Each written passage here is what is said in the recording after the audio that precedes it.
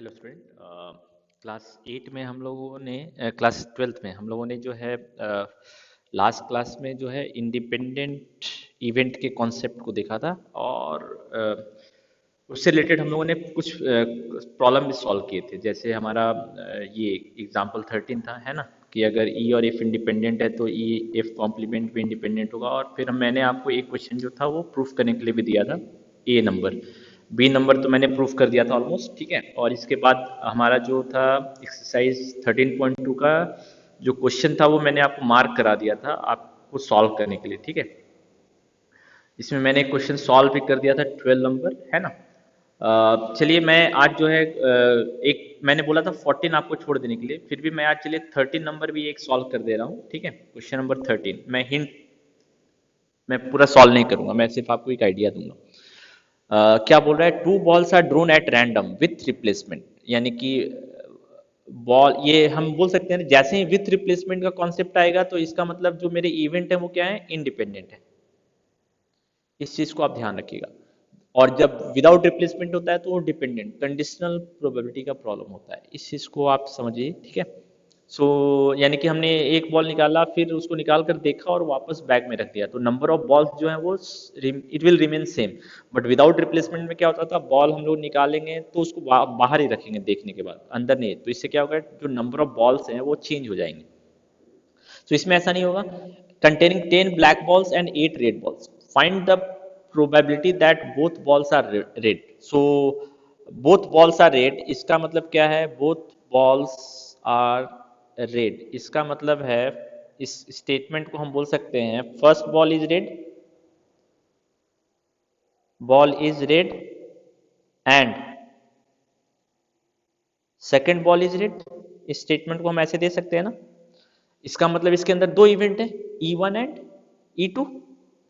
हम बोल सकते हैं इसके अंदर दो इवेंट है, E1 ये हो गया, first ball is red, E2 second ball is red. आपको किसकी प्रोबेबिलिटी निकालनी है, E1 इंटरसेक्शन E2। अब हमको पता है ना कि E1 और E2 इंडिपेंडेंट है। क्यों इंडिपेंडेंट है, विथ रिप्लेसमेंट है। तो हम इसकी प्रोबेबिलिटी क्या निकाल लिख सकते हैं, probability of E1 into probability of E2। यानी फर्स्ट बॉल इज रेड, तो टोटल रेड बॉल कितने हैं, 8। टोटल सैंपल स्पेस कितना हो जाएगा, 18। सो 8/18 into second ball is also red, 8/18 ही होगा, कोई इसमें चेंज नहीं आएगा क्योंकि ये इंडिपेंडेंट इवेंट का केस है ना। अब बोल रहा है कि first ball is black and second ball is red. So इसमें दो इवेंट है ना, फर्स्ट ये मेरा E1 हो जाएगा और ये मेरा second ball is red E2 हो जाएगा। इसमें आपसे निकालने बोला है probability of E1 and E2। तो इसका प्रोबेबिलिटी भी इजी है, E1 intersection E2 question number 2 में, है ना। सो 2 में क्या हो जाएगा, first ball is red, so probability of E1 into probability of E2, ये भी इंडिपेंडेंट इवेंट ही है ना। So first ball is red, तो ए 8 10 फर्स्ट बॉल इज ब्लैक है, सो 10/18 इंटू 8/18 हो जाएगा इसका आंसर, है ना। थर्ड वन देखिए, थर्ड वन जो है वो थोड़ा सा समझने के लिए, ठीक है। इसमें जनरली बच्चे गलत कर देते हैं, फर्स्ट सेकंड तो सिंपल था। थर्ड में क्या है, थोड़ा सा ये कॉन्सेप्ट क्या है वो थोड़ा सा देख लीजिए। क्वेश्चन नंबर 3 में, क्वेश्चन नंबर 3 में बोल रहा है कि one of them is black and other is red. उसमें एक ब्लैक है और दूसरा रेड है। तो अब यहाँ पे क्या है ना, आप दो बॉल निकाल रहे हैं, तो पहले एक बॉल निकला होगा, उसके बाद दूसरा बॉल निकला होगा। तो अब यहाँ पे क्या है कि आपका दो पॉसिबिलिटी है, फर्स्ट बॉल इज ब्लैक, यहाँ पे दो पॉसिबिलिटी है, one of them is black. ये स्टेटमेंट को अगर हम लिखना चाहेंगे तो कैसे लिखेंगे, one of them is black. इस स्टेटमेंट को अगर हम लिखेंगे तो कैसे लिखेंगे, एंड अदर इज रेड। ये सिंप्लीफाइड फॉर्म में नहीं है ना। इसको सिंप्लीफाई अगर करेंगे तो क्या लिखेंगे, first is red and second is black, और first is black and second is red, है ना। सो यहां पे मेरा क्या होगा, ये मेरा E1 हो गया, ये मेरा E2 हो गया, है ना। ये मेरा यहाँ पे E1 R कर देते हैं, इससे मतलब फर्स्ट बॉल इज रेड। यहाँ पे E2B कर देते हैं, मेरा इवेंट का नाम ऐसे देते हैं, तो नोटेशन से बहुत कुछ हम लोग को पता भी चलता रहेगा। E1B कर देते हैं एंड E2R कर देते हैं। यानी कि आपको किसका प्रोबेबिलिटी निकालना है, आपको निकालना है probability first ball is red E1R and यानी इंटरसेक्शन E2B और यानी कि यूनियन E1B इंटरसेक्शन E2R। अब आप देखिए कि ये इवेंट और ये इवेंट म्यूचुअली एक्सक्लूसिव है, दोनों के बीच में कुछ भी कॉमन नहीं है, तो हम इसको लिख सकते हैं probability of E1R and E2B plus probability of E1B into probability of E2R। हम लिख सकते हैं इस तरह इसको। अब आप देखिए कि ये E1R E2B इंडिपेंडेंट इवेंट है, तो इसको हम लिख सकते हैं बाय इंडिपेंडेंट इवेंट के कॉन्सेप्ट से, probability of E1R into probability of E2B plus probability of E1B into probability of E2R। हम लिख सकते हैं ऐसे। अब E1R का प्रोबेबिलिटी क्या होगा, है ना, यानी फर्स्ट बॉल इज रेड, तो फर्स्ट बॉल इज रेड यानी 8/18 into second ball is black 10/18 plus, इसमें कोई फर्क नहीं पड़ेगा, तो ब्लैक बॉल का प्रोबेबिलिटी हमेशा सेम है 10/18 इंटू 8/18, यानी कि एक तरह से ये टू टाइम्स मल्टीप्लाई हो जाएगा, ये 2 टाइम्स मल्टीप्लाई हो जाएगा, 2 इंटू 8/18 इंटू 10/18। तो इस चीज को आप थोड़ा सा ध्यान रखिएगा कि जब मेंशन नहीं है कि कौन पहले आ रहा है कौन बाद में आ रहा है, तो यहाँ पे हमको ऐसे केसेस को सॉल्व करना पड़ेगा। ठीक है, इस चीज को आप थोड़ा सा ध्यान रखिएगा। तो जो मेरा ये क्वेश्चन था ये भी इंपॉर्टेंट है, ऐसा क्वेश्चन एग्जाम में आता भी है। ठीक है, एग्जाम पॉइंट ऑफ व्यू से भी ये कॉन्सेप्चुअल क्वेश्चन इंपॉर्टेंट है। अब नेक्स्ट क्वेश्चन पे आते हैं हम लोग। नेक्स्ट क्वेश्चन है हमारा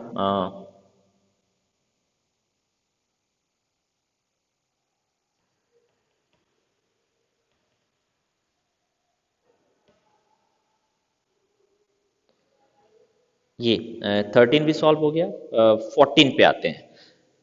ठीक है, 14 भी बहुत इंपॉर्टेंट क्वेश्चन है, ऐसा क्वेश्चन एग्जाम में आता भी है।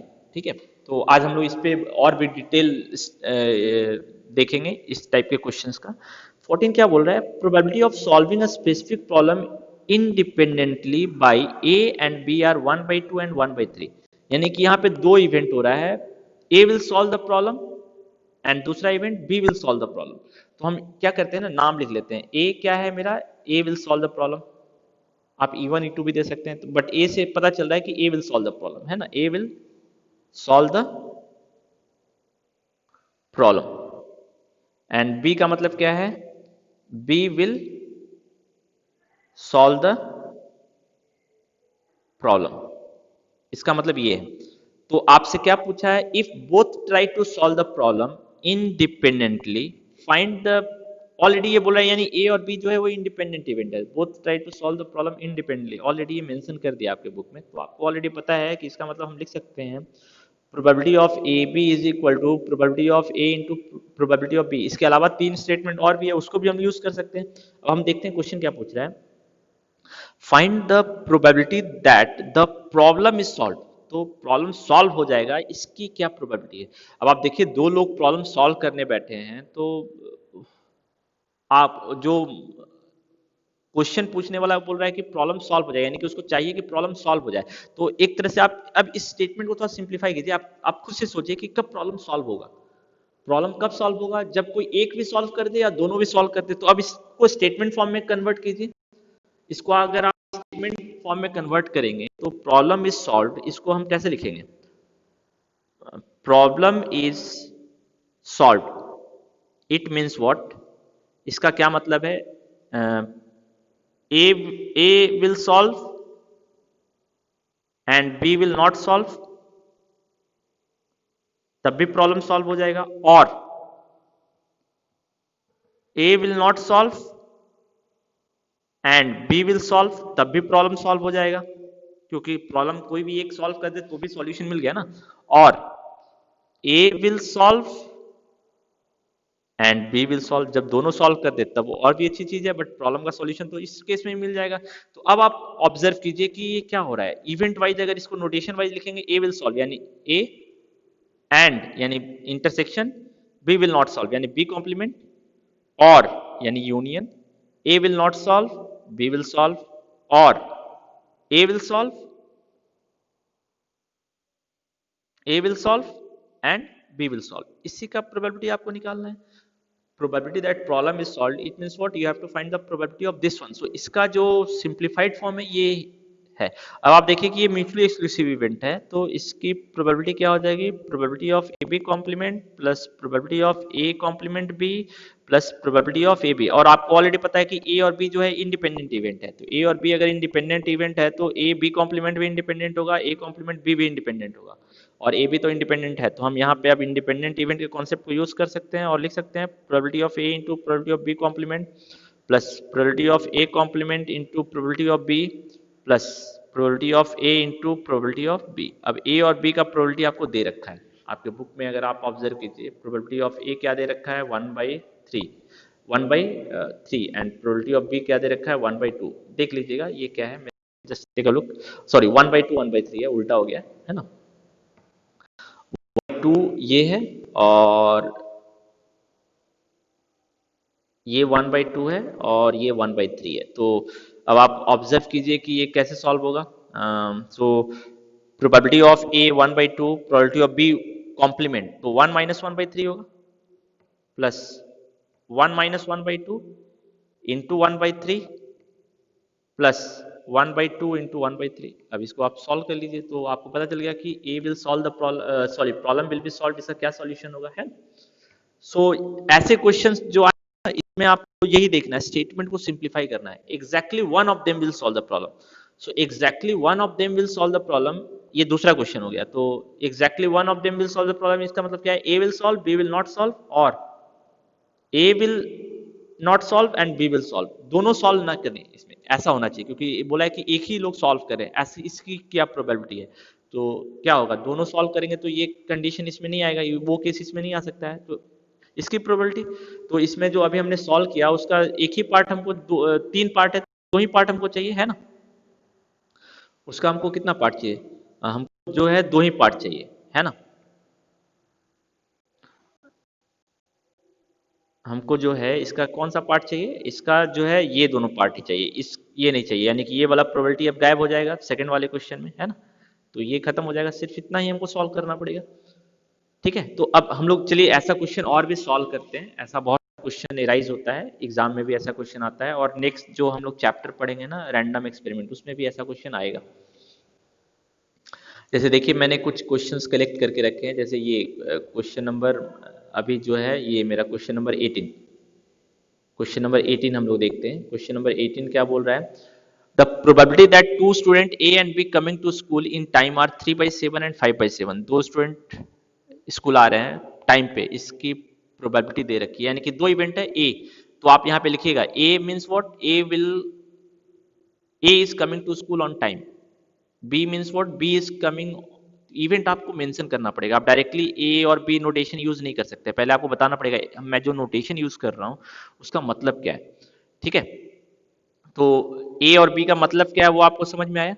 ए is coming to school, B का मतलब क्या है, B is coming to school. तो आप जब नोटबुक में लिखेंगे तो ए आप मेंशन कीजिए, A is coming to school on time, A is coming to school, coming to school on time. ठीक है, B means what, B is coming to school on time.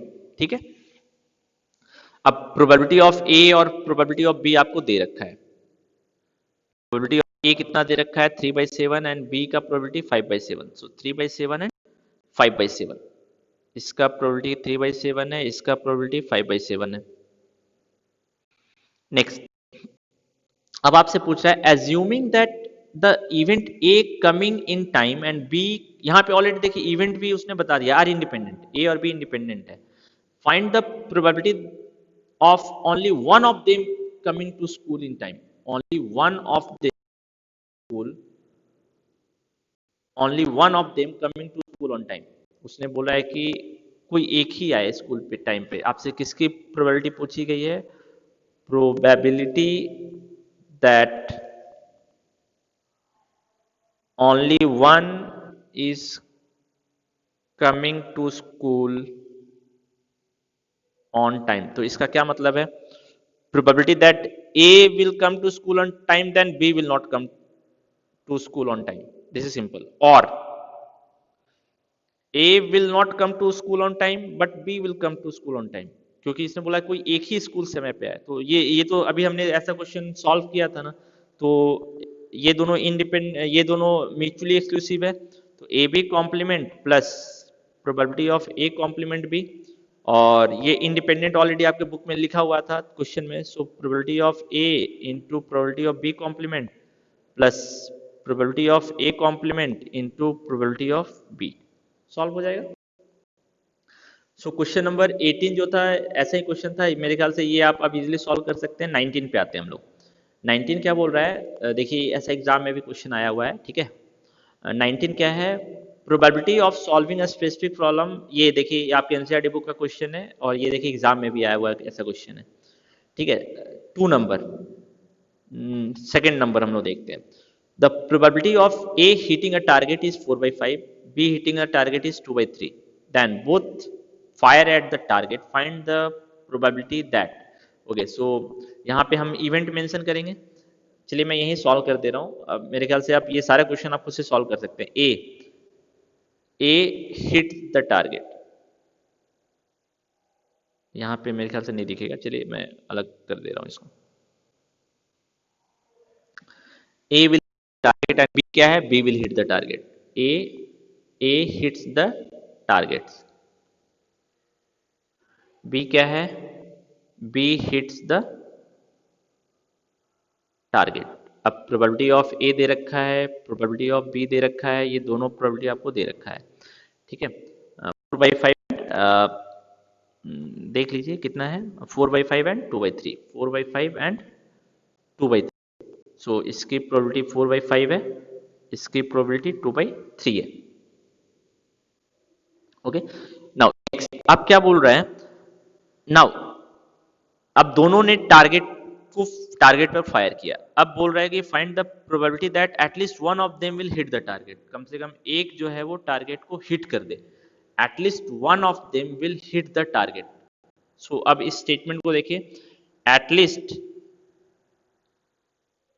At least one of them will hit the target, तो इसकी probability क्या होगी। अब आप इस statement को सिंप्लीफाई कीजिए, कम से कम एक आदमी जो है टारगेट को हिट कर दे, यानी कि ए हिट करे बी हिट ना करे, ऐसा हो सकता है। और ए तब भी टारगेट हिट हो गया, ए ना हिट करे बी हिट कर दे तब भी टारगेट हिट हो जाएगा, और ए भी हिट कर दे बी भी हिट, दोनों हिट नहीं करेगा तो टारगेट हिट नहीं होगा, जबकि आपका रिक्वायरमेंट है कि कम से कम एक टारगेट को हिट करे। तो ये सॉल्व हो जाएगा ना। इसको एक इस तरीके से बना सकते हैं। अब देखिए मैंने आपको क्लास अगर 12th पता होगा तो मैंने एक और फॉर्मूला बताया था, जब भी एटलीस्ट होता है इसका मतलब यूनियन होता है। सो ए यूनियन बी, इसकी प्रोबेबिलिटी आपको पता करनी है। So probability of A plus probability of B minus probability of A intersection B. आप इससे भी सॉल्व कर सकते हैं, ये भी मेथड है और ये भी मेथड है, दोनों एक ही मीनिंग बता रहा है, at least one of them will hit the target, ठीक है। अब इसमें देखिए इंडिपेंडेंट इवेंट यहाँ पे यूज हो जाएगा, तो आप दोनों से सॉल्व कर सकते हैं। इसी तरह क्वेश्चन नंबर 2 है, only one of them will hit the target. मेरे ख्याल से अभी क्वेश्चन बना सकते हैं, ऐसा हमने बहुत बार देख लिया।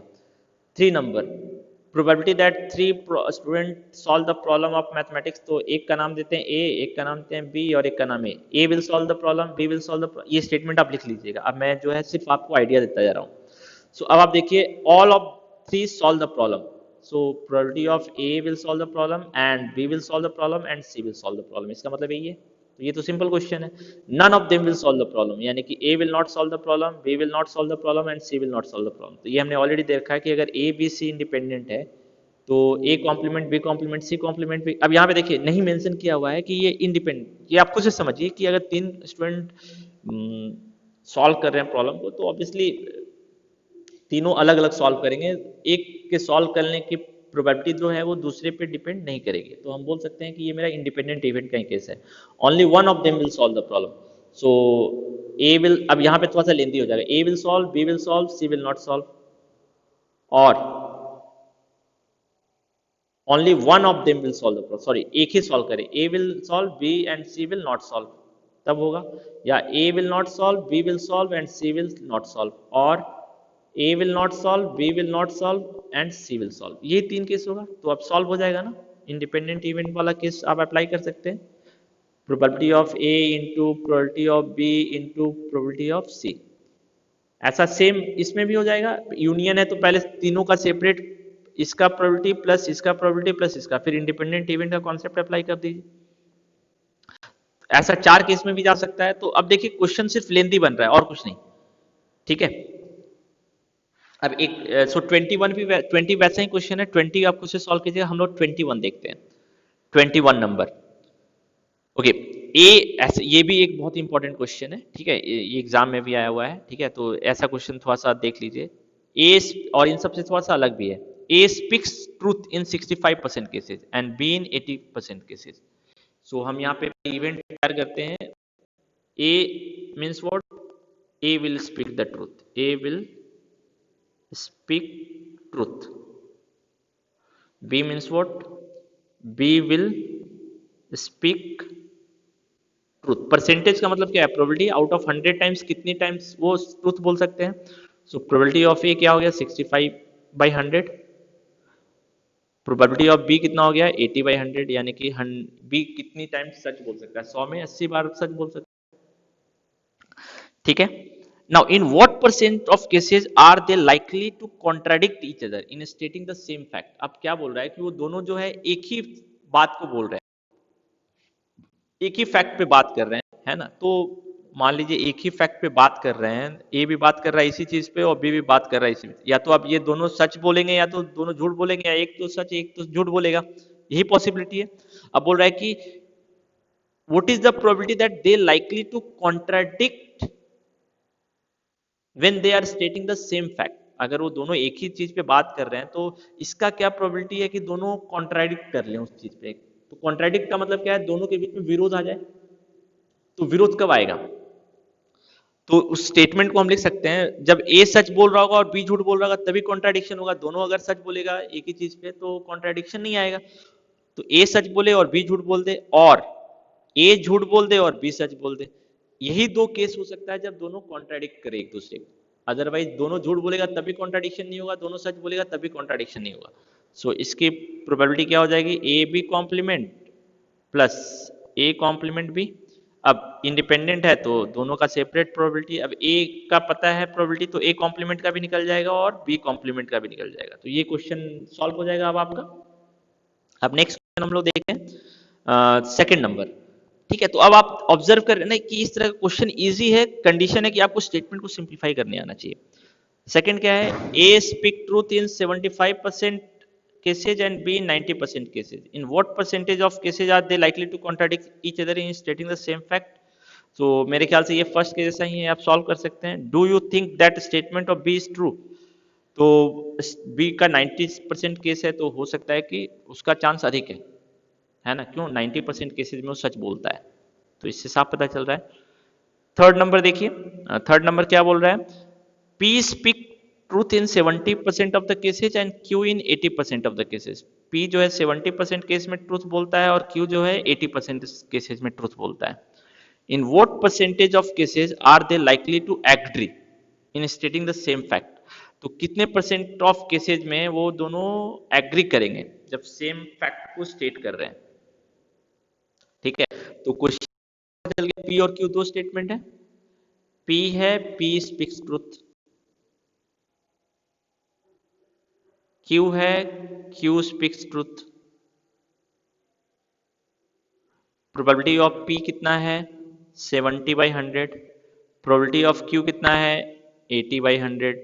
अब दोनों कॉन्ट्रा एग्री हो जाए, तो एग्री कब होगा? जब इसका मतलब probability that P speaks truth and Q speak truth, और P is also lying and Q is also lying, तभी एग्री होगा। तो ये तो सिंपल क्वेश्चन हो गया ना, ठीक है। तो दो तरह क्वेश्चन हो गया, जब दोनों कॉन्ट्राडिक्ट कर रहे हैं, जब दोनों एग्री कर रहे हैं, ठीक है।